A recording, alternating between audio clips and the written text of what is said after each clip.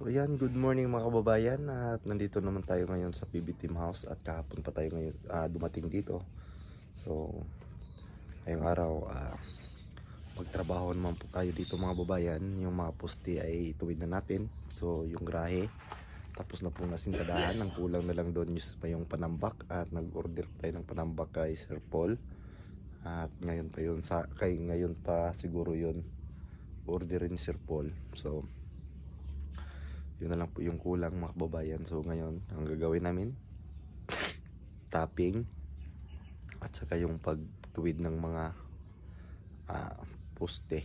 So yun na lang, at mag-antay tayo ng mga panambak para ma-flooringan na po yung grahe. Tapos na po tayo, balikan natin yung mga pwede nating i-retouch. So yung mga retouching babalikan natin para pag-alis natin dito ay matapos na. So kung mayroon lang sana sigurong panambak ngayong this week, tapos na sana ang grahe mga kababayan, kasi nung Martes pa natapos nila Gino yung pag-aasintada dito. So ayan, tingnan natin yung ginawa nila doon mga kababayan. So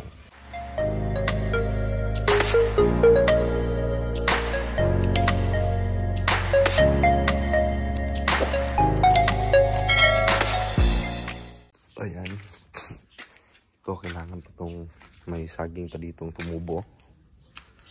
Yan, hindi na hukay kasi kailangan kasi itong hukayin para mamatay talaga yung ano niya. So ito na po yung grahe, nakaslope lang po ito mga kababayan, hindi kinuha yung level kasi napakahaba, napakataas, kaya ini-slope na lang patungo doon para hindi naman siya masyadong sobrang slope. Mas maganda kasi ito para hindi mawawala yung view ng PB house. Ayan, talagyan pa natin yan ng floor beam. So, at yung saging dito ay tinanggal na, pati yung mga laman. Kailangan kasi tanggalin yung mga laman para hindi na mabubuhay pang muli. So mula dito yung flooring ay pag ganon, ayan, laki yung tambakanan. So sana magkasya yung dalawang load dito na in-order kong panambak. So hindi magkasya yun, hanap-hanap tayo sa mga gilid ng mga lupa na pwedeng hakutin para ilagay dito. Kalaki pa kasi yung so,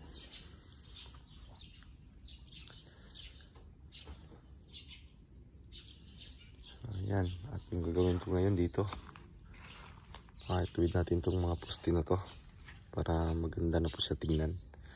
At si Gino naman yung magtataping sa mga itaas. So dalawa lang kami ngayon kasi Junjun wala, kasi nandun siya sa hospital sa SPMC. Kasi yung asawa niya ay malapit ng mga anak.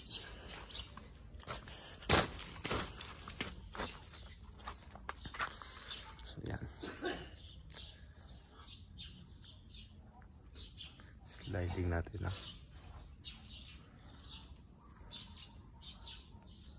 mga babayan. Tapos na po tayong nag-layout ng isang poste. Ayan na po, at tiniktikan natin yung parte na makinis. So yung magaspang ay hindi ko na tiniktikan kasi dito naman yung natin dyan halo. So hindi ko na pakita yung paano pag-layout nito, mamaya pakita natin.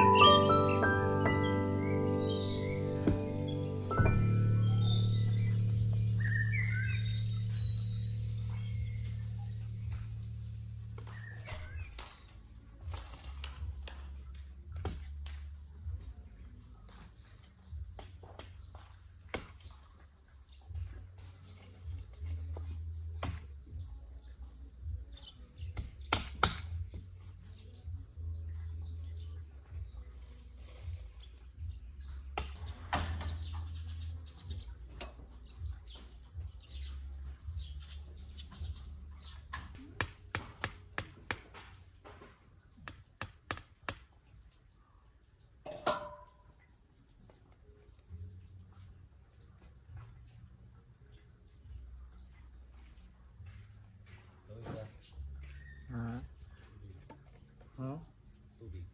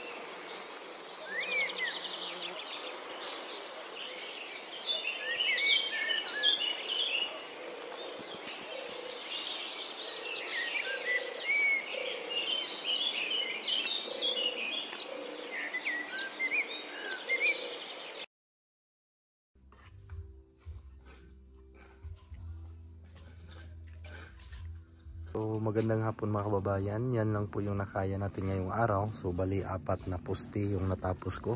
Ayan, yan 4 na pusti. So yung gagawin na lang, konti na lang talaga. Baka bukas matatapos namin to ni Gino. Kasi dalawa lang kami, kasi si Junjun ay good news po at nanganak na po yung asawa niya na normal. So walang problema. So mas maganda kasi normal yung pagpanganak. So yan. Yan po yung natapos namin. So ito na lang yung kulang na tapinganan. Yan, 2 na lang. So at 2 poste na lang din yung kailangan kong anuhin bukas sa ayusin. So yan, dito. Tapos na po dito. So yan. At ito na lang po yung grahe. Inaantay natin yung panambak nito para makapag-flooring na po tayo.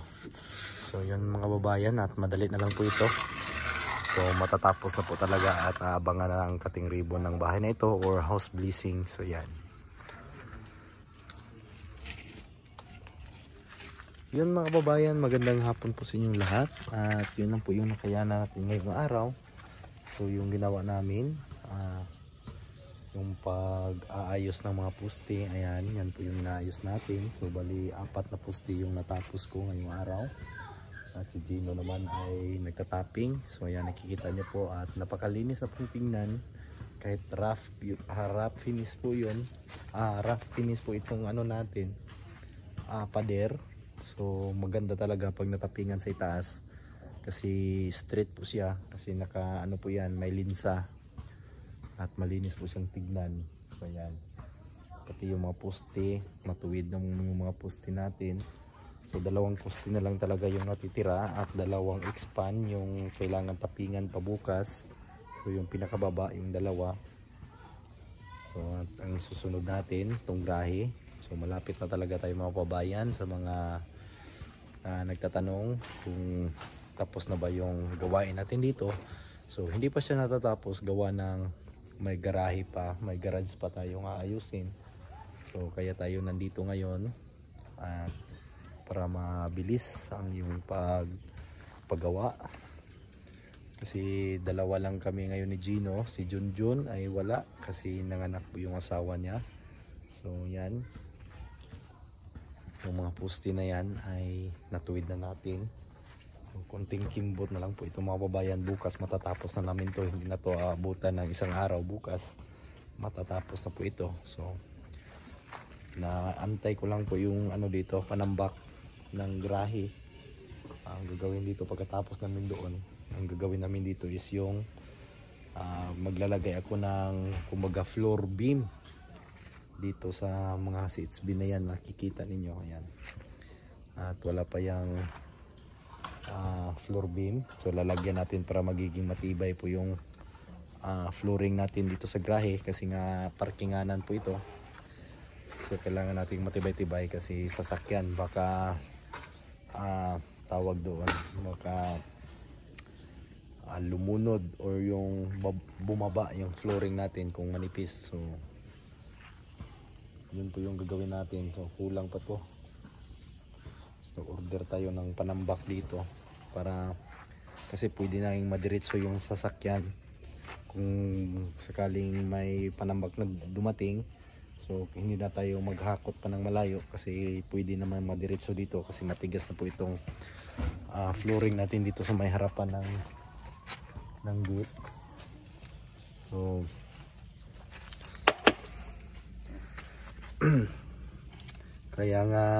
kaya inuna ko dito sa may harapan kasi yun po yung nasa isip ko na kung sakaling may panambak na dumating ay pwede na po itong maapakan ng gulong ng sasakyan sa mag-deliver kasi tuyong-tuyo na. So yan. At malinis na talaga tingnan kapag yung mga pader wala na tayong nakikita na natitirang mga bakan. So yung mga kantuhan sa itaas ay inaayos na. So malinis talaga tingnan mga kababayan kahit naka-rapinis. So ayan, napakalaki ng poste dito. So pro nakapaslanting. Ayan, tingnan niyo po yung pader natin kung makikita niyo po dito sa video. Ayan, napakatuwid po niyan hanggang doon. So ayan, hindi mo wala kang makikita na kung tingnan mo siya, wala kang makikita na may lumulubo o yung baka bumabaluktot. So tuwid na tuwid po siya kasi yung pagli-layout natin dito ay dalawang expand yung layout natin dito. So yan po yung advantage talaga pag nagliliat tayo ng mga matataas na pag paplastiran. So yung sliding natin, ayan, may mga nadidumihan, hindi natin maiiwasan talaga gawa ng nagpa-plastirin. Babalikan natin yan ng pintura para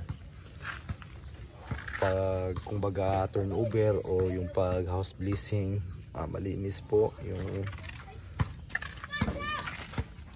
mga ginagawa natin. So yan, hindi man perfect pero importante presentable sa mga mata ng tao na makakita. So yun lang po yun mga kababayan, at maraming salamat talaga sa inyong pagsuporta at pag-subscribe ng aking channel. Sa ating mga new subscriber, ayan, thank you so much po sa pag-subscribe, at sa hindi pa nakapag-subscribe ng aking channel ang PB Team Panday, pag-subscribe po mga kababayan, para yan lang po mga kababayan. At ayan na, kumikitap-kitap na po yung mga Christmas light ng PB House. So ayan, so Paskong Pasko na talaga yung bahay ng PB House mga kababayan. So ayan o, pati yung sa mga puno ng mangga nilagyan ni Sir Paul ng mga Christmas light. So ayan, so kunting kimbot na lang, at yung mga solar natin ay umiilaw na, gawa ng malapit na ang gabi. So yun lang mga kababayan, God bless po ug amping mo tanan. Ayan.